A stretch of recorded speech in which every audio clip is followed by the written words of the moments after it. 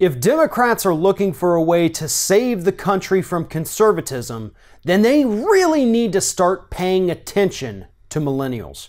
According to the latest round of polling, 62% of registered voters in the millennial generation are overly excited about this year's midterm elections. Furthermore, a vast majority of millennials cannot wait to get Donald Trump out of office because they despise him so much. And 59% of millennials identify themselves as Democrats. That is how you win elections. That is your base. That is the electorate that you need to start, I guess the word would be pandering to. That is who you need to tailor your policies towards. I'm not saying change everything and forget about the people on Social Security and Medicaid and Medicare. Absolutely not. But you also need to start talking about things like debt-free college and universal health care, paid time off, employee benefits, higher pay for teachers, gun control. Things that this generation wants more than any other particular generation.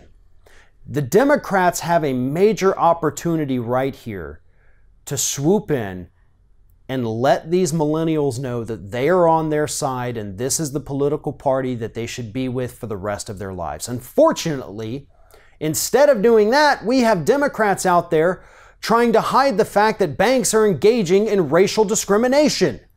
13 at this point U.S. senators have said that it's perfectly fine for banks to charge higher rates to African Americans and Latinos than they do for whites. That's not how you're going to win over the millennials.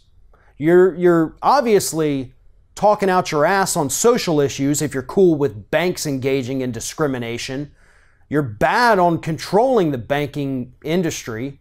You're not doing anything about climate change. Even when Obama was president, very little happened, and at this point, almost all of it's been undone. So what are you offering this generation?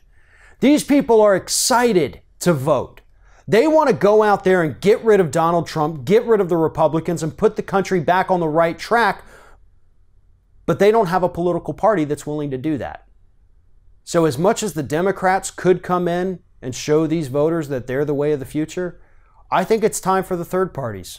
I think it's time for the other political parties in the United States to swoop in and take these voters so that maybe in a generation or two, it's not a two-party stranglehold here in the United States. We do have something that's more representative of the individual beliefs of American citizens, not falling into just column A or just column B. There's more to us than that. And while I myself personally am still a Democrat, I am very much open to any new party out there that comes up with better solutions and a better way forward. And I am also part of that millennial generation. And that's what we want. We don't care about ideologies as much as we care about policies. We want things to change for the better. We want this country to start working for the people who need it, not for the people who already have everything.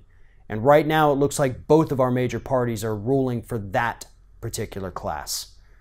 And that's also one of the reasons why this millennial group is so excited about going to the polls this November, because they're going to make their voices heard.